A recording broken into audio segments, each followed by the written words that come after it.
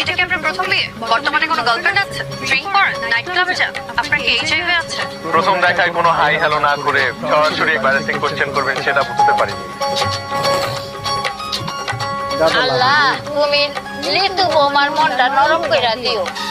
লিতু না ঋতু। আবার কোন লিতুর মন নরম হয়ে যায়? আর এটা হচ্ছে আমার বান্ধবী লেট মি গেস, আপনি সুচিত্রা সেন।